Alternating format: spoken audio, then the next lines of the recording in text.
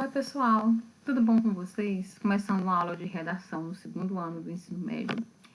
E essa aula é uma aula bem peculiar, porque essa aula vai falar sobre objetividade e subjetividade no processo de argumentação. Isso é uma coisa que vai até casar com uns problemas que vocês me relatam. Todos, quando eu falo vocês, eu falo não só vocês alunos do segundo ano, mas todos vocês. Que é, por exemplo, na questão de professora, eu não sei o que acontece, eu não tenho tantos problemas com ortografia, mas a minha argumentação, eu não consigo argumentar muito bem no meu texto, apesar de ter acesso, né, aos textos motivadores, eu não consigo deslanchar a minha argumentação e eu não sei o que fazer. Né? Vários de vocês me relatam assuntos como esse.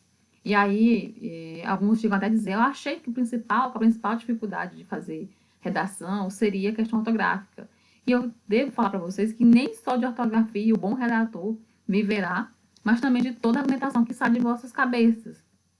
Então, o que você precisa fazer é munir, né, o seu cérebro com informações que possam construir argumentações. E você pode fazer isso de maneira objetiva ou você pode fazer isso de maneira subjetiva.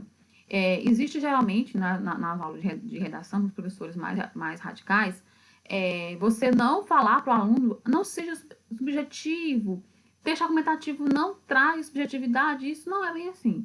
O que não pode acontecer em um texto argumentativo é você trazer uma argumentação vaga, inconsistente, né?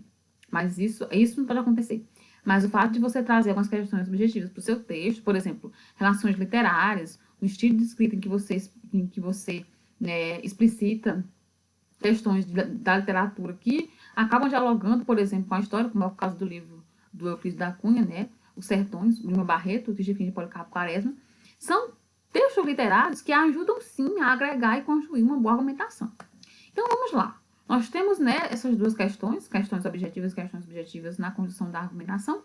E você tem aqui o conceito de objetividade, né, que é o modo como você expõe ou você critica as coisas sem relacioná-las com sentimentos pessoais.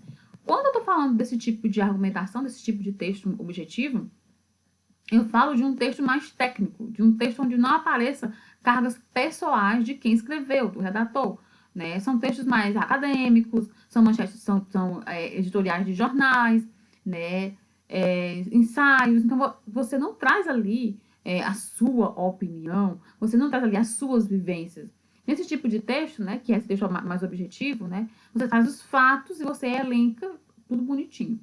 Já nos textos subjetivos, você traz o seu modo individual e pessoal, particular, para compor a sua exposição, ou a sua investigação, ou a sua crítica.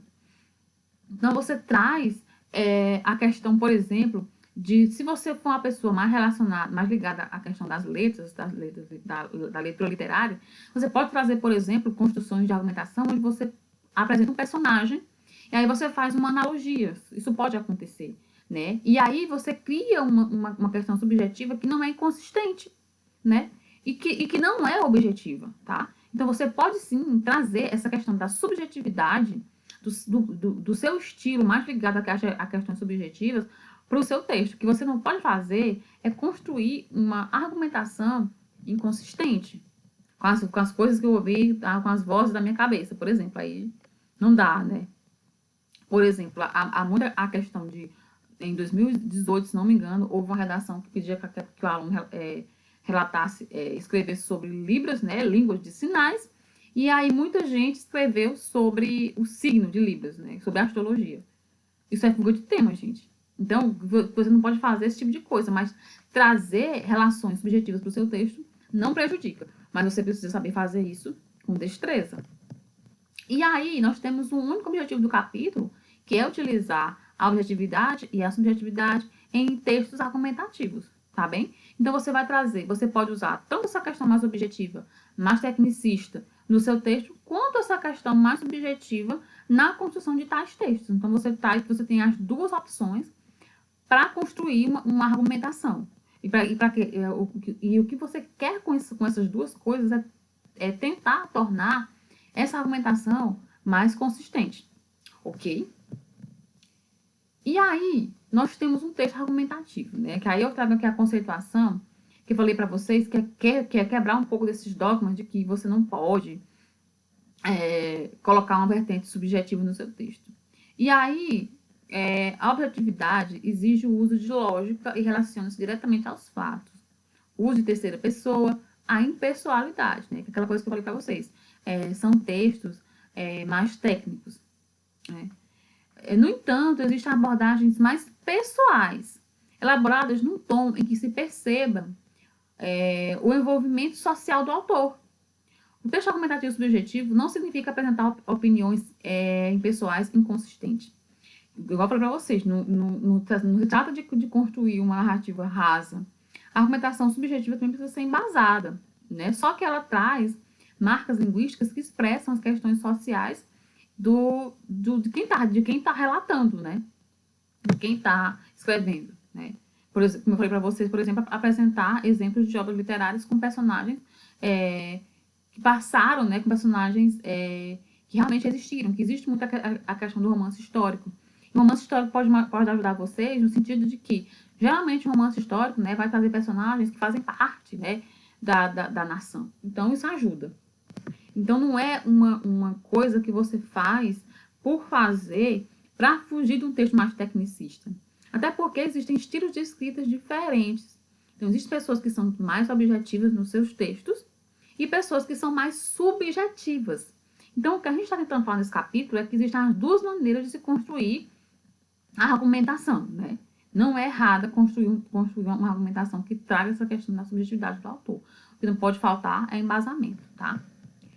E aí, meus caros, a gente vai... eu quero que vocês pratiquem, né, essa questão da subjetividade, da objetividade na obra literária, aliás, na redação. E como é que vocês vão colocar isso em prática? Tem lá as atividades para a sala, tem as atividades propostas. Como eu sempre peço para vocês, eu peço que quando a gente termina o capítulo, vocês me enviem. A gente está estudando um capítulo de uma vez nessa aula, porque o capítulo é curto, né? Se vocês derem uma olhada, vocês vão perceber que o capítulo é curto.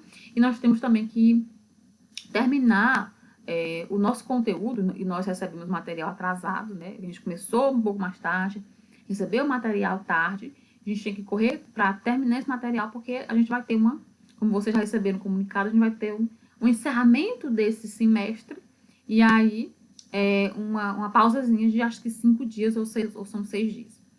Então, meus caros, quero que vocês façam para a sala as propostas, e agora nós temos uma novidade. Agora a plataforma SAIS, né, ela está sempre tentando melhorar, tentando nos ajudar nesse momento. E há agora uma maneira de você enviar os anexos pela plataforma, né? Tem muita gente que não tem e-mail e não sabe como anexar. Então, assim, eu já mandei para vocês no grupo um videozinho sobre como você vai anexar as tarefas lá, né? E aí vocês vão mandar essas propostas e para a sala para mim, eu vou estipular o prazo depois, pela plataforma SAIS. Outra coisa que eu vou falar para vocês é em relação às leituras. Vocês poderiam aproveitar esse momento de quarentena, que eu sei que o tempo de aula foi reduzido. É interessante que se entenda que o tempo de aula foi reduzido porque não tem como vocês, alunos, ficarem uma grande quantidade de horas em frente ao computador. Então, vocês tiveram uma significativa redução na carga horária, né? Tipo em sala de aula, que eu estou me referindo. Então, vocês usem esse tempo para ir lendo, né? Para ir praticando, para ir escrevendo. Porque quando a gente retornar, supondo que a gente retorne às aulas presenciais, vocês já vão ter aquela correria toda de novo e não vão ter tempo de ler. Então, aproveite esse tempo para ler sites confiáveis, ler boas notícias, ler periódicos, ler artigos, para vocês irem construírem uma base de argumentação, seja ela objetiva, seja ela subjetiva. Mas, assim, tem muito a ver com leitura literária mesmo. Começa a ler o que quer, depois você vai abrangendo. Para no terceiro ano, vocês só colocarem em prática e escreverem cada vez mais, tá bom? Então, meus caros, é só isso. Um grande abraço para vocês. Se tiverem alguma dúvida, é só entrar em contato. Hoje também tem plantão, viu? Estou à disposição de vocês. Até mais, gente.